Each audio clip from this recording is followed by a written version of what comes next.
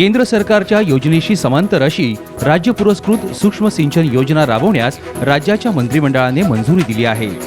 आगामी वर्षापासून म्हणजेच सन 2013-2014 पासून या योजनेची अंमलबजावणी करण्यात येणार आहे। त्यासाठी 470 कोटी रुपये निधीची तरतूद करण्यात आली आहे। या योजनेचं नियंत्रण कृषी विभागाच्या वतीनं करण्यात येणार आहे।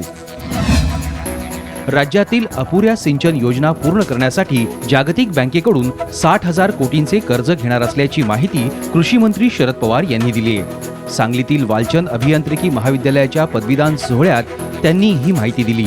पंतप्रधानांसोबत झालेल्या बैठकीत जागतिक बँक आणि अन्य संस्थांकडून कर्ज उपलब्ध व्हावं अशी मागणी मुख्यमंत्र्यांनी केली होती। त्यानुसार जागतिक बँकेकडून 60,000 कोटींचं कर्ज घेतलं जाणार आहे। 10 दिवसाच्या पूर्वी प्रधानमंत्र्यांनी ती बैठक बोलवली। त्याच्यामध्ये पृथ्वीराज चव्हाणांनी एक प्रस्ताव दिला की हे सगळं पूर्ण करण्याच्यासाठी 60,000 कोटी रुपयाची गरज आहे।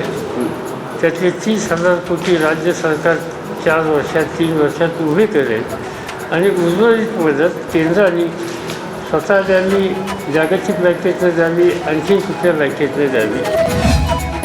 पाऊस सुरू झाला असला तरी चारा उपलब्ध होईपर्यंत चारा छावण्या सुरू ठेवण्याचा निर्णय काल झालेल्या मंत्रिमंडळाच्या बैठकीत घेण्यात आला।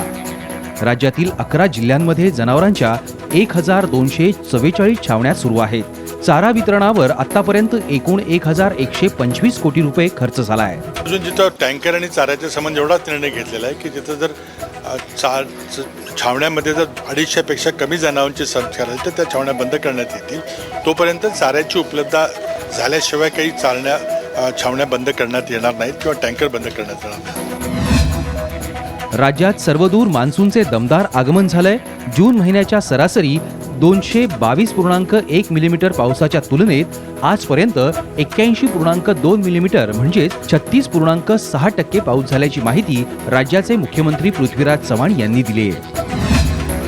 शेतकऱ्यांना दर्जेदार खतं, बियाणं आणि कीटकनाशकं मिळावीत यासाठी कोल्हापूर जिल्हा कृषी विभागामार्फत तपासणी मोहीम राबवण्यात येत असल्याची माहिती जिल्हा कृषी विकास अधिकारी सुरेश मगदुम यांनी दिली आहे। यासाठी जिल्ह्यात 37 गुणनियंत्रक निरीक्षकांची नियुक्ती करण्यात आली असून 14 दक्षता पथकं स्थापन करण्यात आली आहेत। या दक्षता पथकांच्या मार्फत सर्व विक्री केंद्रांची तपासणी करून गैरप्रकार करणाऱ्या विक्रेत्यांवर कडक कारवाई करण्यात येणार असल्याची माहितीही त्यांनी यावेळी दिली। हे शेतकऱ्यांना योग्य निविष्ठा देतात की नाही, योग्य दरात देतात की नाही, त्याचप्रमाणे साठाबाजी करतात किंवा कसं, या बाबतीत अगदी दक्षता घेऊन तपासणी करून त्याच्यामध्ये जर काही गैरप्रकार आढळले तर त्याच्यावर कारवाई करायचं आम्ही ठरवलेलं आहे।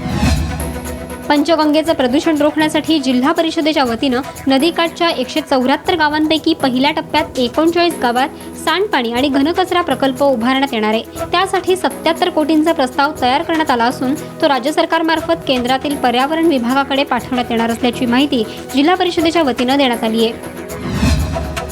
कोकणात येत्या 24 तासात तुरळक ठिकाणी मुसळधार पाऊस पडण्याचा इशारा हवामान खात्यानं दिलाय। तसंच कोकणात बहुतांश ठिकाणी, विदर्भात अनेक ठिकाणी मध्यम ते जोरदार पाऊस पडेल, तर मध्य महाराष्ट्र आणि मराठवाड्यात काही ठिकाणी हलका ते मध्यम स्वरूपाचा पाऊस पडण्याचा अंदाज हवामान खात्यानं वर्तवलाय।